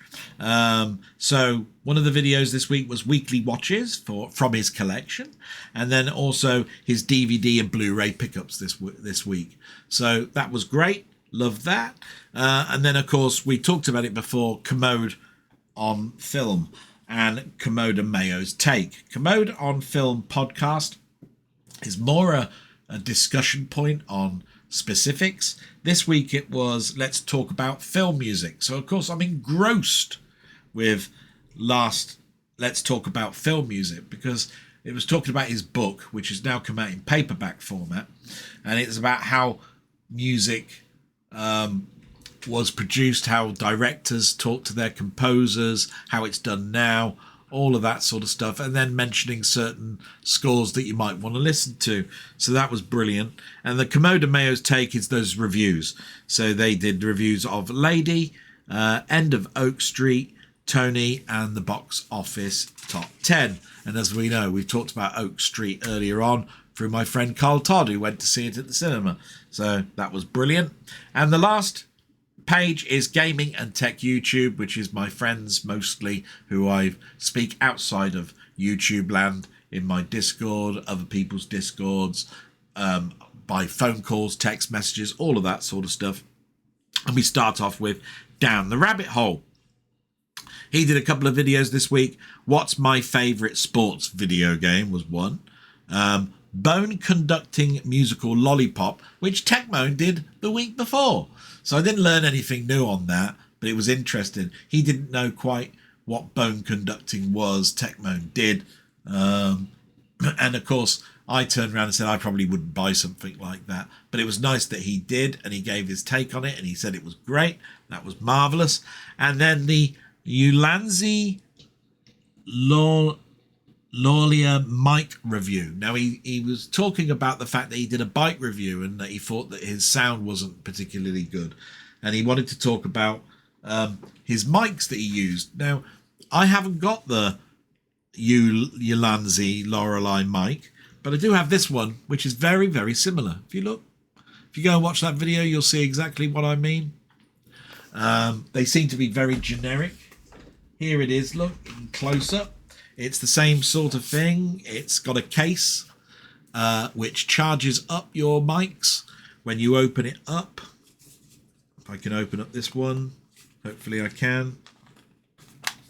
There you are. You'll see you got two mics and an adapter. Magnetic, just like his. Clicks in. Mine have got the rubber, the foam wind things automatically on his, because his didn't. You had to push them on and they fell off. My ones don't. There's the adapter. He had two adapters on his with a 3.5-inch jack, but these have got the noise cancellation switch just like his does on the edge there. His might have a greater reach, I don't know, but you plug those in and you charge it up and there you are, you're good to go. I remember purchasing those for my friend Mainmeister as a gift because they're so darn cheap. They really are cheap and they're impressive. The best setup I've ever seen is my friend Colin Jones. He's got a much better system. But for the price, can't complain about those. Don't seem to have a branding because, like I say, there seems to be a lot of these generic ones. This one's done by the YH Consulting Limited. Don't know if that comes out. But it's plug and play, 20 meters of reception, precise radio, clear timbre, high sensitivity, wildly compatible. There you are. Marvellous. His probably are slightly better, but I've got no qualms with those. So that's Down the Rabbit Hole this week. Then you got Robert's Retro Gaming, who we talked about earlier. He did a comment earlier. He mentioned that because of commitments that are going on in his life, he hasn't been able to do his Minecraft and Dwarf Fortress videos just recently, and that he was concentrating this week on just doing one particular type of system. He did not lie with that. He's doing his Atari 8-bit gameplay, and here's the titles that he did: Nautilus, Pusmania, The Big House, Backtrack, Battleships, Busoft's Race, and C'est la Vie. Absolutely marvellous. So that's 1, 2, 3, 4, 5, 6, 7. One a day. Just like I said. Marvellous. You can't fault people that do that sort of thing. A different video every day for this week. You've got something to watch, something to look forward to. Definitely go over there. Please give him a like, a subscribe. Marvellous guy. Then we got my friend Steve Still Plays Games. He did an Amiga arcade pool and chat because he wanted to talk. He wanted to play pool on his Amiga and chat about his channel. And he did something just for me, and it says C64 games for my mate Dell, which made me feel very, very honoured. And he put some games on there, which was great to watch. I like seeing stuff I haven't seen for a long time. And of course, that's very difficult to do for someone like me. But there was still stuff in there that I just love to see people play. It's marvellous. It's great. I've seen so much stuff at the moment that seems to be all Amstrad and Spectrum centric. So it was nice to see my Commodore 64 come to life again, especially on his channel. Salute, my friend. And we move to Colin Jones, aka Ponder. He did his vlog, episode 108 this week, on Monday. But he also did his main Meister high score kerfuffle, which is Super Pac-Man this week. And of course, there'll be more high score kerfuffles as well coming in the coming weeks. Absolutely fantastic, Colin. Thank you so much for doing that. I really appreciate it and love it. LFC Gamer and Vlogs is back. He hasn't done a blog in a long time. He did his vlog dated 13th of the 8th, and it was great to watch. He started talking about games, football, media, all sorts of stuff. Brilliant to watch. Fantastic. 20th Century Gaming didn't do a live this Saturday, but he did do 3 videos. Atari 800's version of Drop Zone, BBC Micro's Thrust, and it's now 40 years old, and Android 2 Level 1 on the Amstrad CPC. So like I said, not much C64 stuff in there, but he has been very C64 centric for a long time, so it's understandable. So that was great. Then you've got Denny. My friend Denny did a video, first time in absolutely ages, where he showed off some of his film collection. Absolutely marvellous. He's got stuff in there that I haven't got. Didn't tell me about those, did you little git that you bought those? But it was great to watch and fantastic to see the cases for them and to make me think about whether I need to buy some of those on that were in there. And then lastly, but not least, Mainmeister, who did a Sunday live last week on the Auric, which was great. I love that because you don't see the Auric very often. He did a Friday waffle on a Saturday where he showed off, played some SID tunes, played some games, track and field mostly type games, and played an episode of Chronologically Gaming, I think, or Gaming Chronicles. Computer Chronicles. It's one of those ones I can't quite remember what the title of the program was, but I've seen most of those through my life, and it was great to see the Amiga and the Atari ST get some attention. And he did also a compilation of his last Sunday lives, where he did the top 50 Atari 400 and 800 games, and that's a very long video, but very enjoyable. You can watch it in bits if you need. And that's the end of the written part of the blog.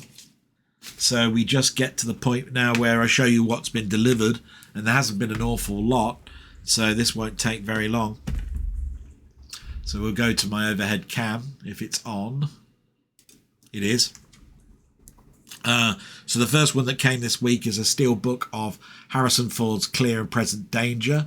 Not a bare bones steelbook. It wasn't expensive, but it's a great film, and I'm glad to have that in my collection. And then one that Denny mentioned earlier, which is a favourite of ours. I've got it on Laserdisc, but I've never bought it on anything else. I do remember watching it on VHS, but now I've got it on Blu-ray and 4K. It's called Night of the Comet. Great, and as you can see, what he was saying, it's a great cover, much better than that Clear and Present Danger. You can see it's glossy. The art on it is lovely. Definitely worth a watch. From the 80s. Absolutely marvellous. And that's the end of things. Thank you so much for watching. I hope you enjoyed this. I've now got to sort of like semi-start prepping for the next one. Before this goes out, I've still got the screen grab to do, put the text on it, upload it, put the text to that, and get it out there. And of course, I'm not that far away before my sister leaves, so I'll be doing that between 4 and the time that it comes out. Please bear with me, it will be out, and I hope you enjoy it and you get to watch it this week. And thank you just so much to everybody that watches. Marvellous. You're all just so generous to me, and that comes from a very heartfelt place. So salute to everybody. Thank you so much, and see you all soon. Bye bye.